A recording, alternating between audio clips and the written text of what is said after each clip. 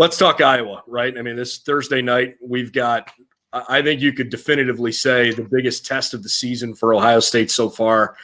And the thing that, the Big Ten presents such an interesting challenge, right? Because you'd think a team like Penn State coming off of, a COVID break and not really having any rhythm, it really is a matchup thing. And when you get caught against a team that matches up well against you, it can be difficult, right?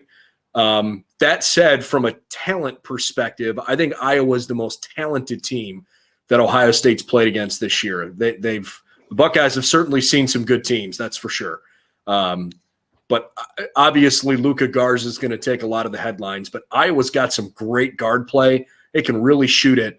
And frankly, they've stubbed their toe here recently with 2 losses that I think aren't sitting well with them.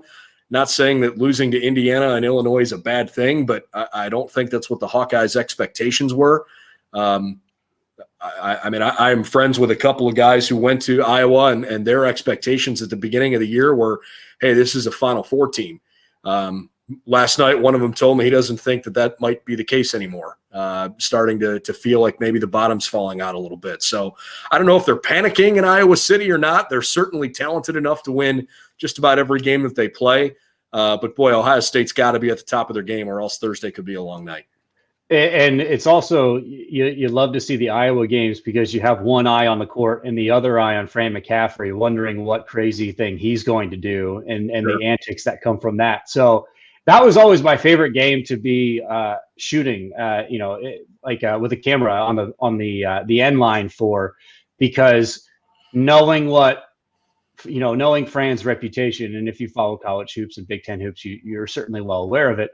That it was must see, like, irrational competitiveness, and it was always good stuff. He's never failed to disappoint in any regard, and I would guess that'll be turned up, to 11, even more for most, or even more for him, to the nth degree in this game, simply because I think he has the best team he's had maybe ever, and. I watched their game back in December when they got in a scoring contest with Gonzaga, when the Zags were clearly the consensus number 1 team in the country, and really held their own with them. I think they got beat by maybe 10 or 11. Yeah, it was a decent game. They scored. I think they scored 87, 88 points, and Gonzaga got up into the 90s. So. That there's that potential. They've gotten to 100 points this year a couple of different times against good teams. They match up really well against Ohio State. It's just going to be to me, it's like it's one of those appointment kind of type of games, right? That you kind of it's happening. It's in the schedule. It's in the calendar, and you're excited to watch. And I think.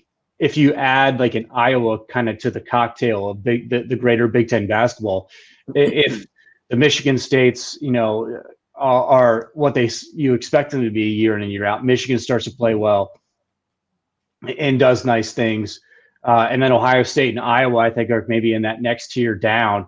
If those 2 programs start to kind of raise their collective efforts, Big Ten basketball is in a good position, and so I definitely think it's a game that. If you're an Ohio State nut job and you've watched every single game so far, you're obviously tuning into that one, and that's fine. If you're maybe on the fringes a little bit and you're not necessarily tuning in, game out, this is the one to watch, because this is the game that will find out really how good this Ohio State team is. Yeah, I agree. And, for as tough as the schedule's been lately, I think Ohio State's hitting a point now where it's gonna uptick significantly because – as you enter the month of February, you've got Iowa twice. You've still got to play Michigan, assuming that they can get healthy enough to play. You're going to see Michigan State a second time around, and I have a really hard time believing that Michigan State, when they play them again on February 25th, is going to look as poor as they did on Sunday. I assuming they can stay healthy and continue to play consistently and deal with the pandemic. And don't forget about Illinois too, right? Like, Illinois is an excellent team, and I think Brad Underwood. I would put Brad Underwood in that top tier of college basketball coaches. throughout the entire country. He is unbelievably good. Yeah, I mean, there's no break in the schedule. And that's the Big Ten this year, right? The Big Ten is right now with the Big 12, I think. And the Big East has had a decent year, but not quite as strong as usual. The Big Ten and the Big 12 are probably the two best leagues in the country right now. And the argument might be that the Big 12 has, a higher ceiling. They've got more teams that are ranked higher, but the Big Ten as a league, I think, is deeper. And Chris Holtmann said it a bunch of times. Yeah. He thinks this is the deepest that league has ever been. So Thursday night's game against Iowa is definitely a marquee matchup. And now it's turned into number 7 versus number 8 with the AP poll that just came out.